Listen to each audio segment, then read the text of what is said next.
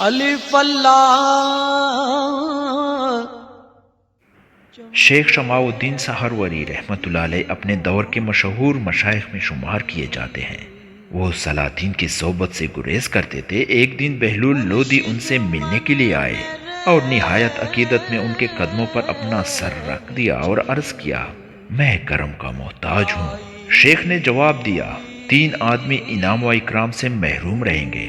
اول وہ بوڑھا جو گناہوں سے باز نہ آئے، دوسرے وہ جوان جو اصلاح کی امید پر بے خوف گناہوں میں غرق رہے، اور تیسرے وہ سلطان جو باوجود حصول مقاصد دنیاوی اپنی سلطنت کے چراغ کو جھوٹ کے آندھی سے گل کر دے۔ بہلول لودھی کی آنکھوں میں بے اختیار آنسو جاری ہو گئے۔ اس کو شیخ نے جائے نماز خاص عنایت کیا، جس کو احتراماً سر پر رکھ کر وہ خانقاہ سے واپس آیا۔ حضرت خواجہ احمد ابو الحسن رحمۃ اللہ علیہ بن رافع زمین پر بیٹھے کچھ لکھ رہے تھے۔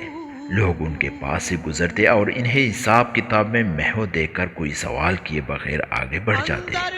ایک شخص ان کے پاس رک گیا اور جھک کر غور سے دیکھنے لگا کہ آخر وہ لکھ کیا رہے ہیں۔ اس نے دیکھا کہ زمین پر دور تک ہندسوں کا سلسلہ پھیلا ہوا ہے۔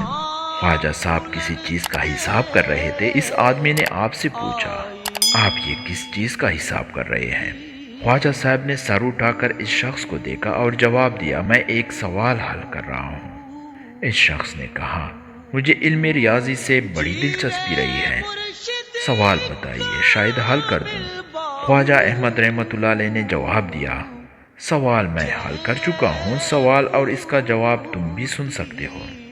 پھر خواجہ صاحب نے 60 کے ہندسے کی طرف اشارہ کرتے ہوئے کہا، یہ میری عمر کا ہندسہ ہے، اس وقت میری عمر 60 سال کی ہے۔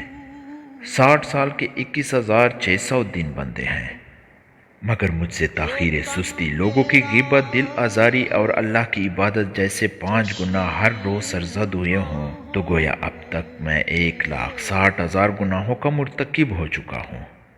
اس کے بعد سرد آہ بھر کر بولے، اور جس شخص کا نامہ اعمال اس حد تک سیاہ ہو چکا ہو، وہ کس طرح نجات کی توقع کر سکتا ہے؟